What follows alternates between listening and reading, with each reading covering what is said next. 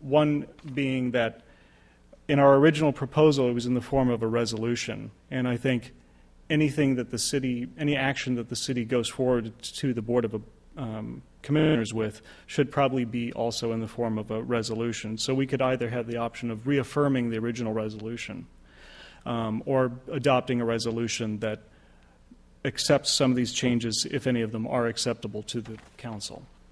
And if you'd like, we could have a study session to go over this in more detail before having actually a public hearing on that. So we have a date in mind if that's an option you'd like to pursue. And I could take any questions right now, or Mr. Dow. Do you have a date for when the County Commission will hear this information? Yes, thank you. The County Commissioners will begin their hearings on September 7th, and they plan to hold their hearings each Wednesday afternoon thereafter until they come to a decision. They greatly desire to finish this before the end of the year. The board then will begin taking testimony in the third or fourth week of September, so we should be prepared by that time. There's no schedule who goes first, which city goes first for testimony, but third week of September we should be ready. So if we have a hearing, we could have one as late as September 1st and fit within the timeline for that. And basically our message to them will be going to them and saying, here's what the city originally proposed, here are the changes, this is what we agree or do not agree with. Mr. Dow. Council, of course, is well aware of our meeting schedule, but you only have one regularly scheduled study session a month now, and that would be August 11th. This would either need to get in there then or some evening prior to an evening council meeting on either the 4th or the 18th. Mr. Michaels. There was comment at the Planning Commission, Jackson County Planning Commission meeting about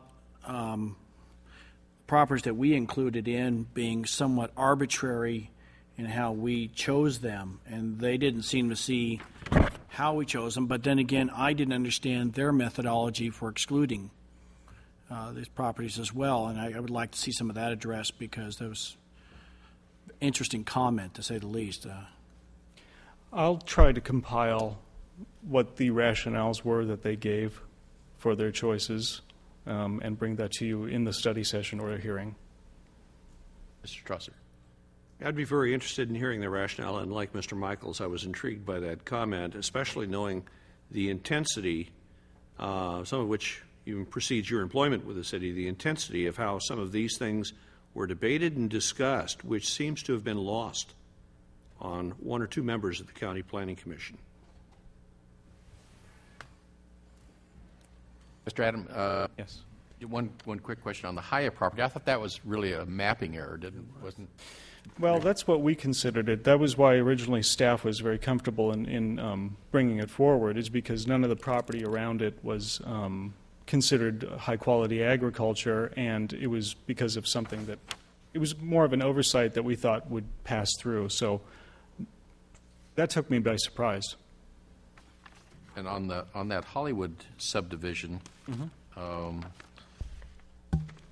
that, to my knowledge, I mean, I wasn't intimately involved at times, but I don't even remember that being brought up. But maybe it has, and we passed by it somewhere, either in the RPS process, because I attended enough of those meetings that I thought I knew what was in and out, and I don't remember that Hollywood subdivision being included out on West Main somehow. No, I don't think that was ever up for discussion at the city, because at some point, knowing how good the land was, reportedly, Class 1, Class 2 soils immediately to the west, going to Hollywood subdivision would mean traversing some of that land. The city made the decision a long time ago not to do that.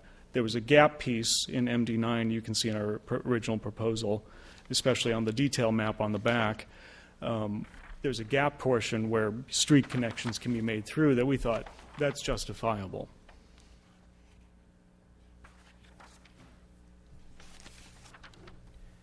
And just, I guess, an opinion on the extension or additional acreage up on MD1 all the way up to Gregory Road.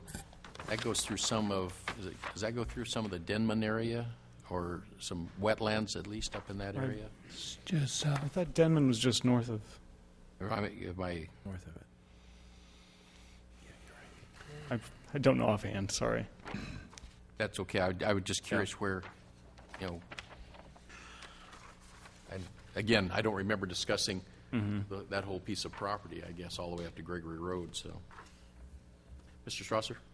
I do remember some of the discussion that was in the area there of the Hollywood subdivision on the south side of Main Street. It was pretty vehement. As in county residents, they did not want to be included. Perhaps they can address their concerns with the county as well. Yes. The county plans to notify everyone who is within the areas in the original proposal and in any of the changes that their planning commission is recommending. So the people who live in the Hollywood subdivision will get notification for the Board of Commissioners meetings. Mr. Coons? Thank you, Your Honor. I agree with Mr. Strasser that about the Hollywood subdivision is my recollection too. I also remember that the Planning Commission was very much in favor of the MD1 the way it was, not the addition. They didn't want it on. As there to, you see a little square above the hatched area? That was called the mouse ears. There were two of them. And they were eliminated the first go around. And eventually they eliminated the hatched area also. And I want to put your attention to the bottom of the map, MD6 and MD7. I personally had a lot to do with that, and it went up to Salem with Bill Hogue. That's right. And a couple other people, including Bianca Petro, and we went up and talked to Richard Whitman about that, and he came down here and made a very good case. We made a very good case for inclusion of 7 and 6, because the employment center that was going to be located near I-5, in between I-5 and 99. And I thought it was very to see this, very disappointed that these people didn't get involved with all 11 or 12 years of planning we did on that when I was first on the Planning Commission, and later on in 04 when I got on the City Council. We're very much involved with this. I remember meeting at nighttime for about a year and a half with the Planning Commission and the Extra Study Session to resolve this issue. We had a lot of people that wanted in and wanted out, and the people that wanted out were very vehement about it, and the people that wanted in were vehement about it too. And we made a decision based on urban form and employment and residential capacity. And that's what we came up with, the plan we came up with, which is pretty good. I was rather disappointed that county basically threw our stuff out the window. There was a lot of debate and discussion about that, and we worked over it a long time at the City Council level, at the Planning Commission level. We got it resolved. It took a long time, long hours, and much negotiation. We came up with this plan we submitted to the county. I'm very disappointed it's all been changed. Thank you. Thank you. Mr. Densmore? I guess I have a process question, John. Yes. First, and an informational one. Were other cities similarly affected with as many changes as this? Phoenix and Talent, I think, were similarly affected, at least percentage-wise, the amount of land that they were proposing. Central Point, I really don't recall. I don't think they were affected much. Eagle Point was not affected. They found all of their areas acceptable. I guess a process question then. It comes down to it, and there's a disagreement between the county commission and the city council with regard to this configuration. How is that resolved? Well, there's if resolution's not found, then there is no RPS plan. There has to be consensus with all of the parties that are involved, not just the county and this city, but the other cities who are signatories.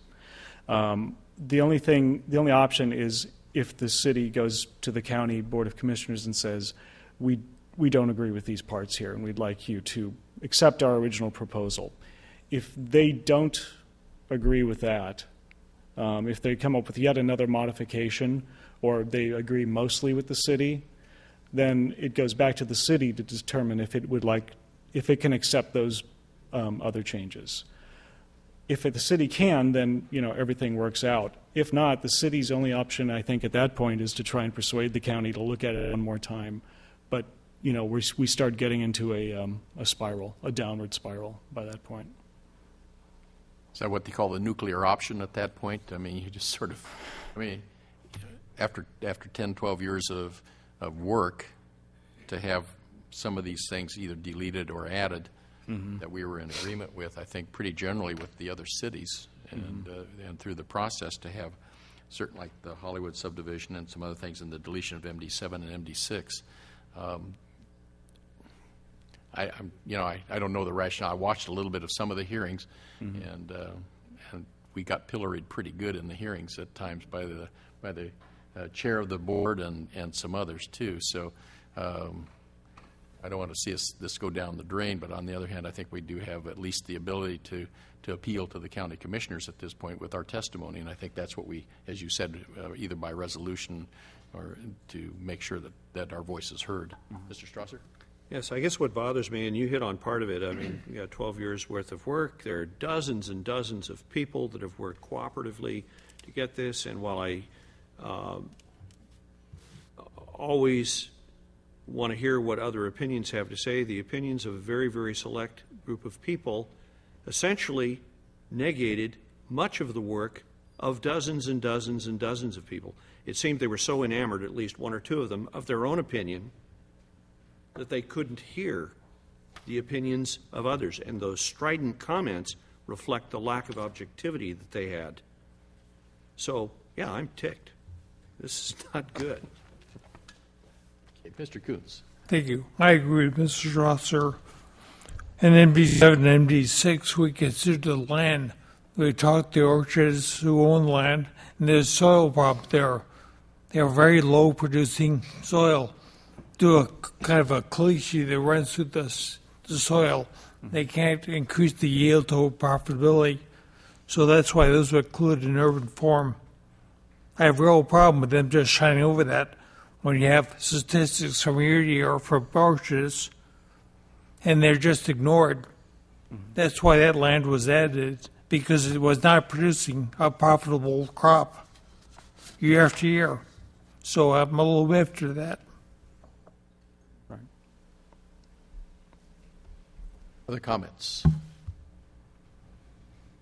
Well, it's not a comment, but is it appropriate that we make a motion to send it back to the county commission, Board of County Commissioners? They haven't heard it yet, so I think what we need to do is get a united front here, maybe with the study session. You think, is that the general recommendation to pull together Yes. maybe a joint session with Planning Commission and City Council, or how do you want to formulate this? We could consider that. We were originally going to just go with the route of taking it to a hearing with the City Council, which is staff's recommendation. The advantage of having a study session is we could have a longer, closer discussion beforehand to get some of the details out of the way. And I think a resolution would be either a reaffirmation of the original resolution or a new one that does the same thing would be a good procedure to follow. Well, I'll put in an opinion. I for one, would reject the Jackson County Planning Commission's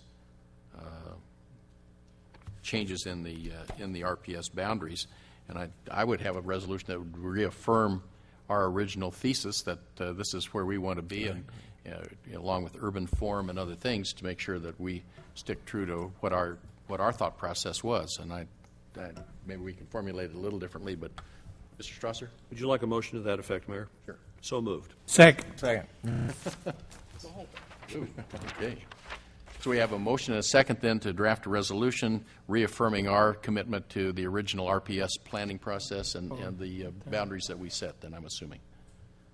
Reflecting 12 years' worth of work and cooperative effort, not only within this community, but with other communities, to formulate something that is yet to be accomplished in this state, and even in cooperation with DLCD.